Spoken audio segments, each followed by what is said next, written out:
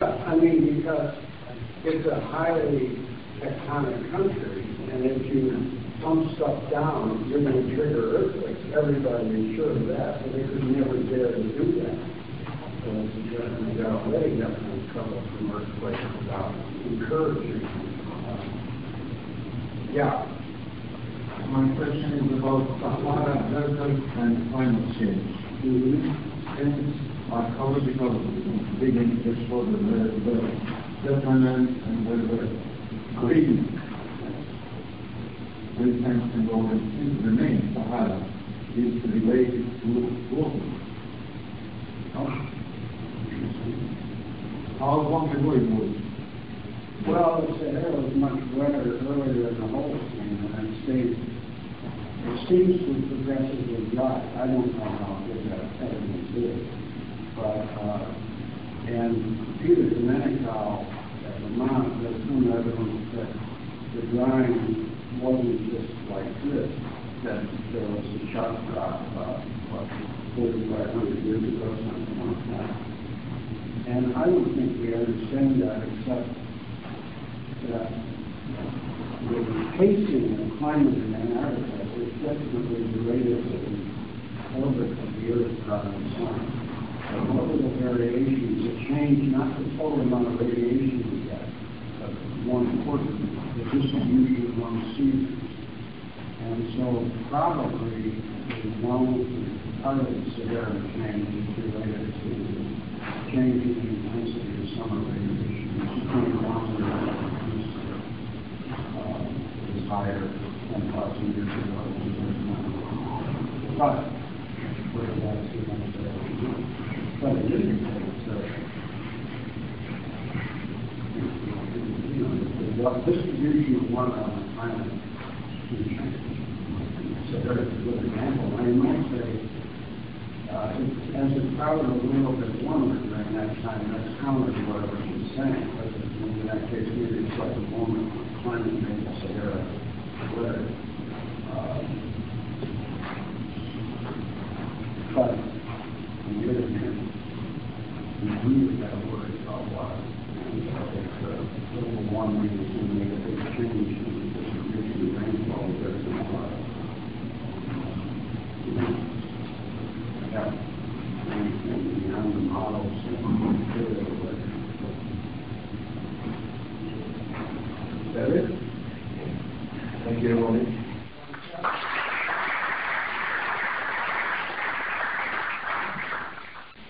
And specifically, I will talk about some of the rapid environmental changes that we see in the Arctic. It covers climate, but also some other parts of the system, of the environmental system.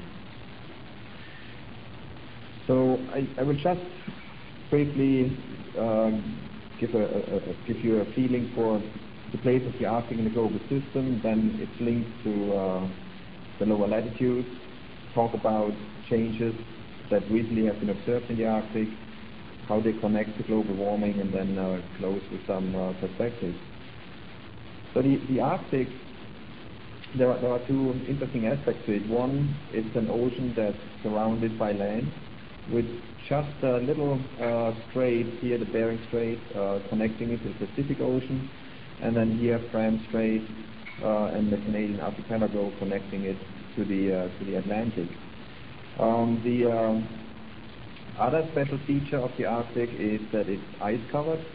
Here we see the minimum ice cover, and in one of Wallace's pictures you had seen the maximum ice cover, which sort of reaches here to Bering Strait and then through the Kara and Barents Seas down into the East Greenland Current and here covering the entire archipelago in winter. And the minimum ice cover we have in September, the maximum at around end of February, March.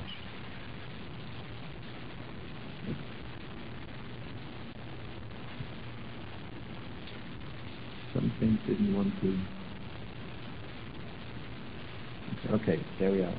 So why are we interested in the Arctic? I mean, there is this underlying interest in the Arctic because it's a remote area.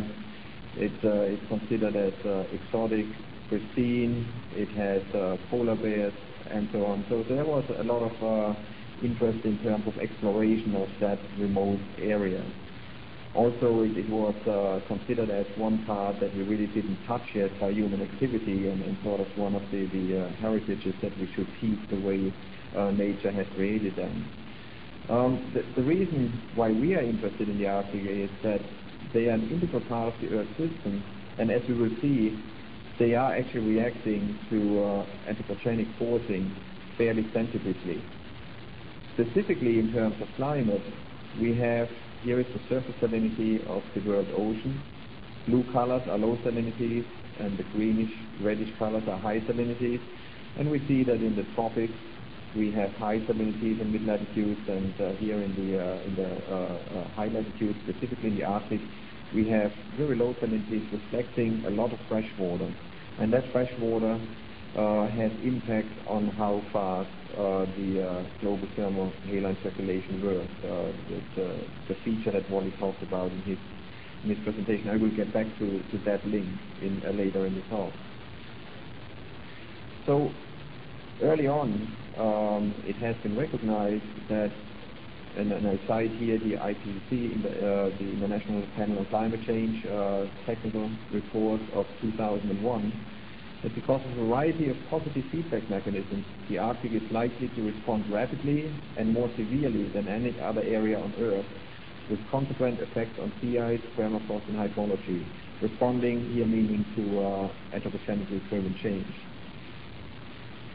This also has been picked up, this topic and some of the signs that it is really happening, by science magazines, by regular magazines such as Time magazine, U.S. News and World Report, and here a special issue of Time, as well as the New York Times. And basically, and you cannot read that, what the New York Times here says is that whereas we have seen some of these changes in the past, what we are seeing right now might be the first step into the transition into a greenhouse world. And it also says that in order to deal with that, we have to be creative in terms of how to engineer the Earth and its climate, a point that Wally already touched upon. So there's quite a bit of attention presently drawn to the Arctic, and of course some of the features that we are seeing up there, like disappearing ice cover and polar bears stranded on ice floes, are fairly drastic visualizations of the changes that are going on all over the globe. Now, what kind of changes did we see recently in the Arctic? We have seen changes that are going throughout the individual parts of the Arctic system. For example, the ocean circulation, coastal sea level rise, warmer waters pushing in from the Atlantic. That leads to reduced sea ice cover. We have increased air temperature, warming of permafrost, and then there is this question of the melting of the Greenland ice sheet. I will go through some of those in more detail, but in summary, the changes in these systems have significant impacts on the ecosystems and societies in the Arctic, and what we now are challenged with is to separate the anthropogenically driven change from natural variability that exists on seasonal to interannual and decadal to century time scales.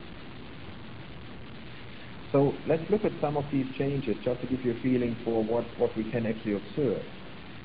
So here you see a map of the Arctic, and what is plotted here is that temperature trend in anomalies. So red means that it's warmer, white is sort of neutral, and then if you go to the green and blue colors, so here's the green colors, that means it's on average cooler than climatology.